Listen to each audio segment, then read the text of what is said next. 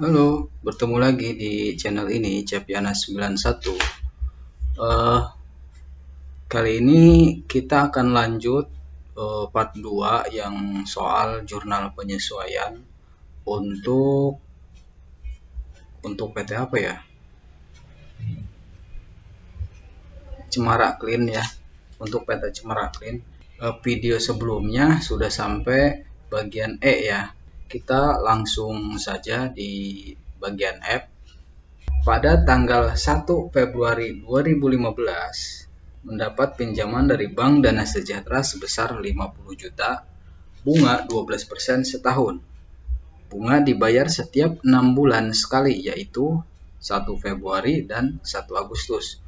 Oke, pertama kita catat dulu supaya mudah ya. 1, 2, 15. Pinjamannya itu 50 juta.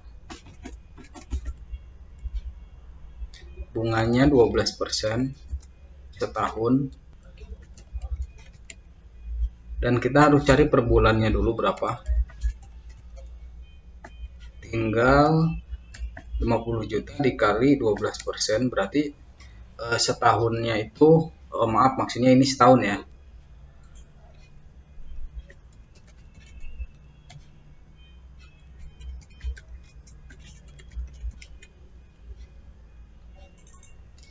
Bunganya itu 1 tahun 6 juta. Nah, kita di sini cari per bulan. Tinggal dibagi aja ya. Dibagi 1 tahun 12 bulan sama dengan 500.000 per bulan. Di sini dijelaskan bahwa pembayarannya itu dilakukan 1 Februari dan 1 Agustus. Ini 1 Februari maksudnya 1 Februari 2016 ya, bukan di 2015, karena nggak mungkin 1 Februari mendapat pinjaman dan pada saat mendapatkan pinjaman juga kita langsung bayar bunga ya, karena nggak mungkin. Jadi ini adalah 1 Februari 2016. Akan saya rincikan dulu supaya teman-teman bisa mudah memahaminya.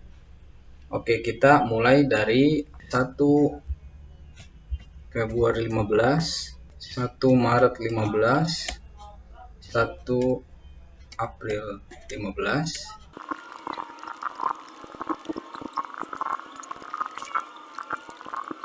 Oke, di sini disebutkan 1 Agustus dulu ya, karena Agustus ini 2015 dan Februari ini 2016. Di sini dikatakan 1 Agustus itu dilakukan pembayaran bunga. 1 Agustus berarti di sini. Oke, di sini tinggal di sini telah dilakukan pembayaran bunga. Kemudian di tanggal 31 Desember 15 kita diminta untuk membuat jurnal penyesuaian. Oke, lalu berapa yang nilainya yang harus kita sesuaikan? Sebelum itu kita perlu ketahui dulu akunnya ya. Akunnya itu di sini kan tanggal 31 nih di sini.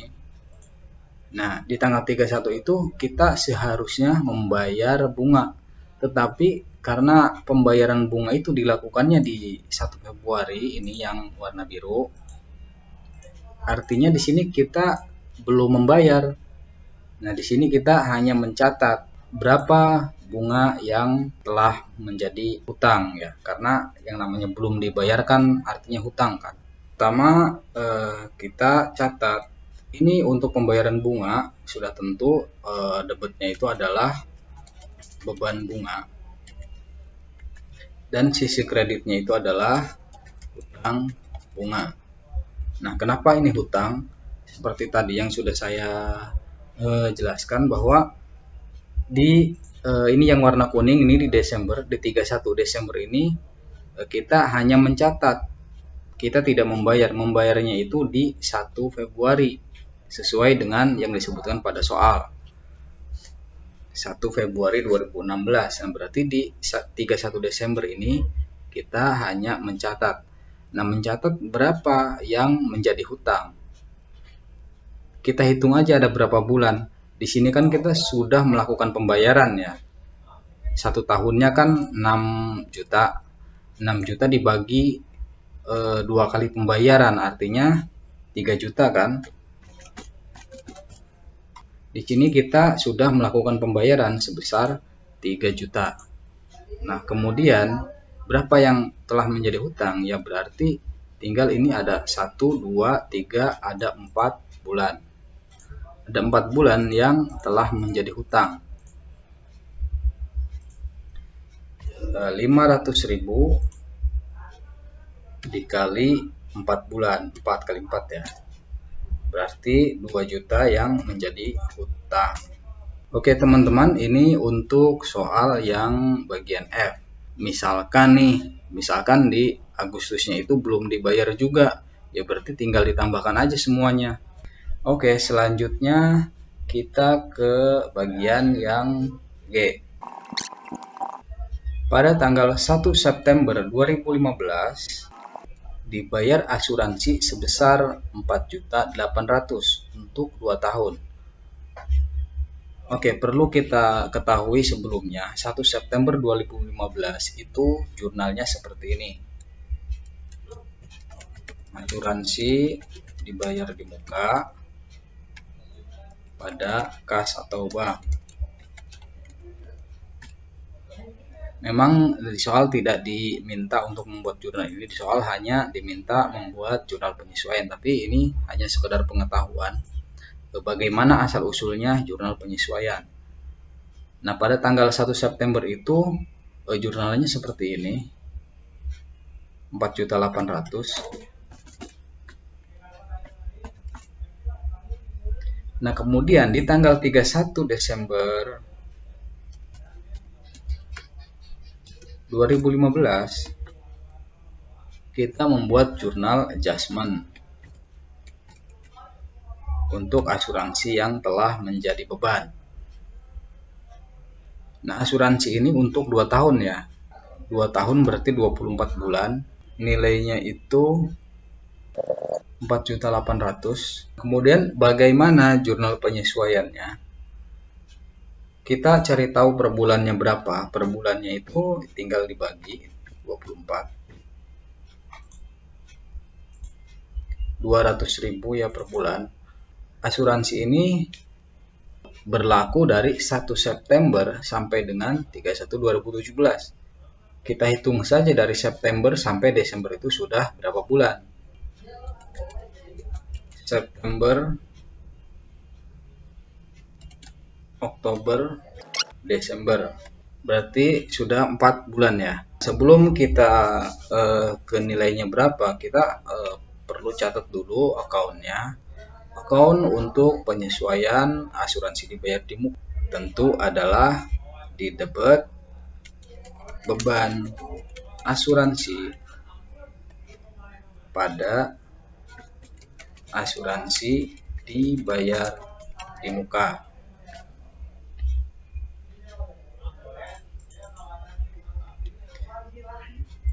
Nilainya yaitu sebesar yang telah menjadi beban. Nah, berapa? Asuransi ini dimulai 1 September. Ingat ya, ini adalah pada saat dilakukan pembayaran asuransi dan asuransi itu berlaku seperti pada soal 1 September 2015. Dari September sampai dengan Desember itu sudah berjalan selama 4 bulan. Asuransi per bulannya itu 200.000. 200.000 dikali 4, 800.000 yang telah menjadi beban. Nah, kenapa tadi saya mencatat asal usulnya ini seperti jurnal yang pertama ini? Nah, pada saat awal mula asuransi ini dibayar, yaitu kita catat debitnya, asuransi dibayar di muka. Tentu kreditnya adalah kas karena kita mengeluarkan kas. Nah, pada asuransi dibayar di muka ini senilai 4.800.000, kita amortisasi per bulan itu 800. Nah, ini posisi asuransi dibayar di muka yang semula di debit, kemudian di jurnal penyesuaian ini pindah ke posisi kredit. Maka yang 4.800.000 ini akan otomatis terkurangi oleh yang 800. Berarti sisanya asuransi dibayar di muka di neraca itu adalah sisa 4 juta. Di neraca 31 Desember, kita akan menyajikan nilai asuransi dibayar di muka sebesar 4 juta. Ini, oke, udah paham ya sampai sini? Kita lanjut ke soal yang H. Perusahaan membayar upah karyawan seminggu sekali setiap hari Sabtu sebesar 9 juta untuk 6 hari kerja. Hari Sabtu terakhir tanggal 26 Desember 2015. Tetangga berisik aja. Nggak tahu lagi bikin konten kali. Oke, yang bagian H. Perusahaan membayar upah karyawan seminggu sekali setiap hari Sabtu sebesar 9 juta. Nah, 9 juta ini untuk 6 hari kerja. Hari Sabtu terakhir tanggal 26 Desember 2015. Perusahaan membayar 9 juta. 9 juta ini untuk 6 hari kerja. Kita cari tahu perharinya berapa. Upah perharinya tinggal dibagi 9 juta dibagi 6. 1.500.000 ya per hari. Gajiannya kan setiap hari Sabtu.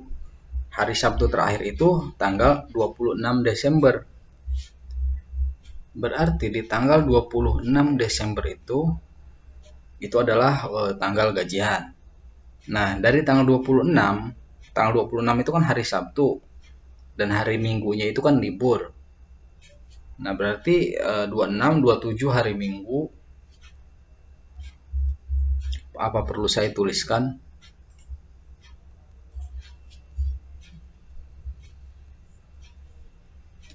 Dua enam, 27, 28, 29, 30, 31. Ini adalah Sabtu, Minggu, Kamis. Oke, tanggal 26 ini adalah tanggal gajian terakhir. Nah, nanti gajian lagi ada di Sabtu tanggal 2, artinya sudah tahun berikutnya. Kita diminta membuat jurnal adjustment di 31 Desember, yaitu di hari Kamis, yang warna biru ini. Nah, kita tinggal hitung berapa yang seharusnya kita bayar. 1, 27, 28, 29, 30, 31. Berarti 5 hari ya. 5 hari, kita catat dulu 5 hari. 5 hari yang seharusnya kita bayar. Tetapi di tanggal 31 ini kita tidak membayar karena ini di hari Kamis. Membayarnya nanti di hari Sabtu tahun berikutnya. Nah, maka kita harus mencatat di 31 Desember itu adalah sebagai hutang. 31 Desember 15. Pembayaran gaji itu adalah beban ya. Beban gaji. Beban gaji pada hutang gaji. Hutang gaji berapa? Selama 5 hari, karena dari tanggal 27 sampai tanggal 31 itu sudah berjalan 5 hari.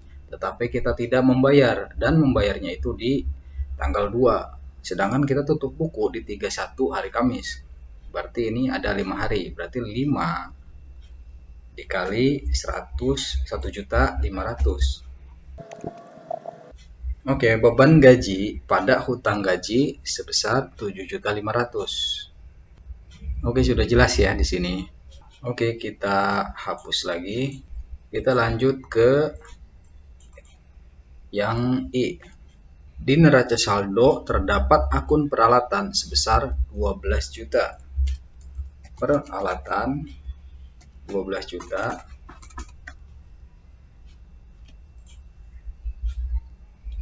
Dan akumulasi peralatan sebesar 2.400.000. Ini akumulasi itu 2.400.000. Untuk yang belum tahu akumulasi itu apa, akumulasi ini adalah penyusutan dari sejak peralatan ini dibeli. Jadi sejak peralatan ini dibeli, yang telah disusutkan itu 2.400.000. Penyusutan peralatan ditetapkan 10% per tahun. Penyusutan 10% per tahun ya. Lalu di sini 31 Desember 2015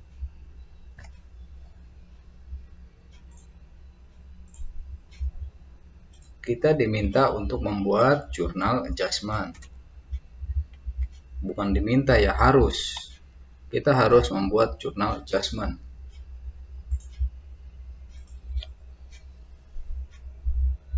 Ingat teman-teman, jurnal penyusutan itu adalah beban penyusutan pada akumulasi penyusutan. Penyusutan itu adalah beban ya, dan setiap beban itu dicatat pada sisi debit. Berapa? 10% ya, 10% dari nilai aset.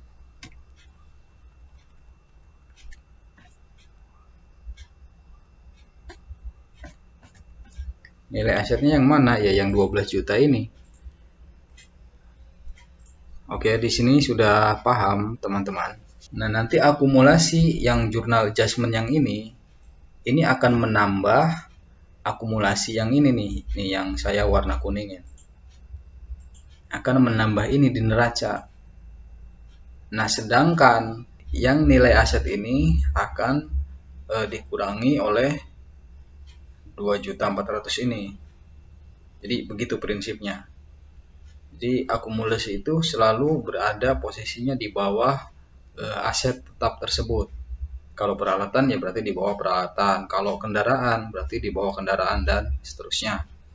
Dan posisinya ini saldo normalnya di kredit ya.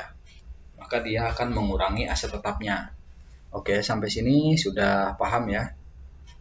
Kita hapus.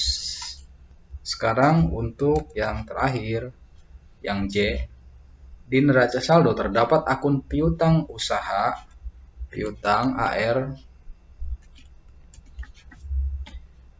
sebesar 16.300.000.